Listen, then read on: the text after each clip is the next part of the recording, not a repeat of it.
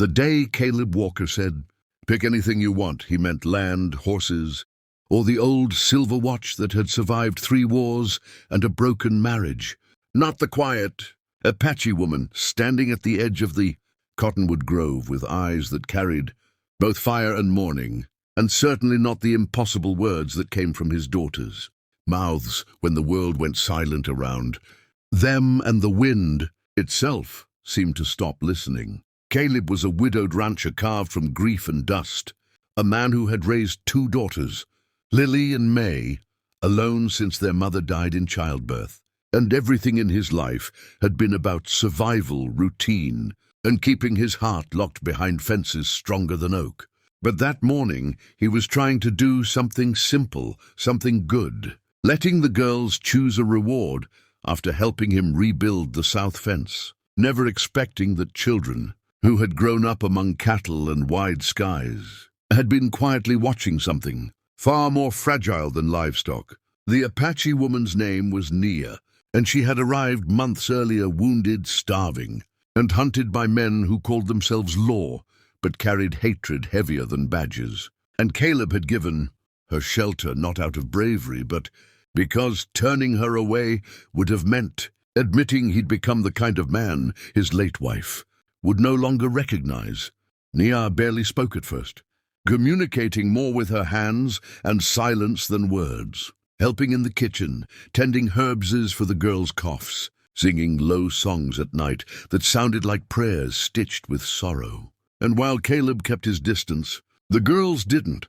They saw how Nia braided their hair with gentleness, how she listened without interrupting, how she never raised her voice even when fear haunted her sleep. So when Caleb laughed and told them to choose anything, Lily didn't hesitate, and May didn't blink as they pointed together and said, "We want that Apache woman as our mom," and the weight of those words crashed through him harder than any stampede, because in that moment he realized his daughters had already chosen healing over blood, love over fear, and truth over the lies the world told about people like Nia. Caleb's first instinct was refusal, not because he didn't care, but because he cared too much about safety, too much about the violence chasing her, too much about reopening a heart that barely survived the last time it loved.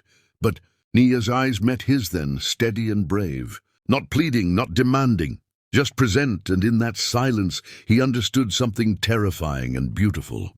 His daughters were no longer asking for permission. They were offering him a future he was too afraid to imagine. And as the sun dipped low and the girls clung to Nia's hands, Caleb felt the walls around his heart begin to crack, not from force, but from hope. And that night, as the girls fell asleep with smiles they hadn't worn since their mother's death, Caleb sat alone on the porch, knowing the choice he made next would either protect his fear or finally honor his family. Caleb didn't sleep that night, because love is louder than loneliness once it decides to return. And by morning he understood that protecting his daughters meant more than keeping danger away. It meant teaching them courage, even when that courage came wrapped in risk. When he told Nia she could stay, not as a guest, but as family, her hands trembled, not with disbelief, but with the weight of a promise she had lost once before when her own village burned and her child was taken by sickness and silence. And in that shared grief, they found something deeper than romance, recognition. The town didn't welcome the change. Whispers followed the girls to school. Threats crept into fence posts and warning shots cracked the night air. But Caleb stood firm, not as a savior, not as an owner, but as a man who had learned that family isn't chosen by blood alone, but by who shows up when the world turns cruel. Nia taught the girls Apache stories about strength and balance, about women who carried nations in their voices, while Caleb taught them to ride and shoot and stand tall.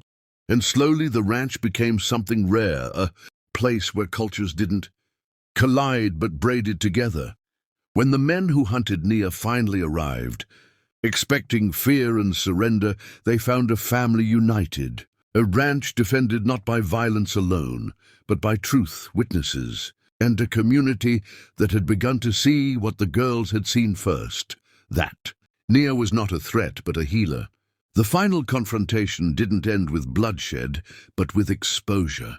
As lies collapsed under evidence and hatred fled when faced with unwavering love. And when the dust settled, Caleb realized he was no longer standing alone on his porch, but beside a woman who had chosen him as much as his daughters had. And years later, when Lily and May spoke of their childhood, they never talked about fences or cattle or danger.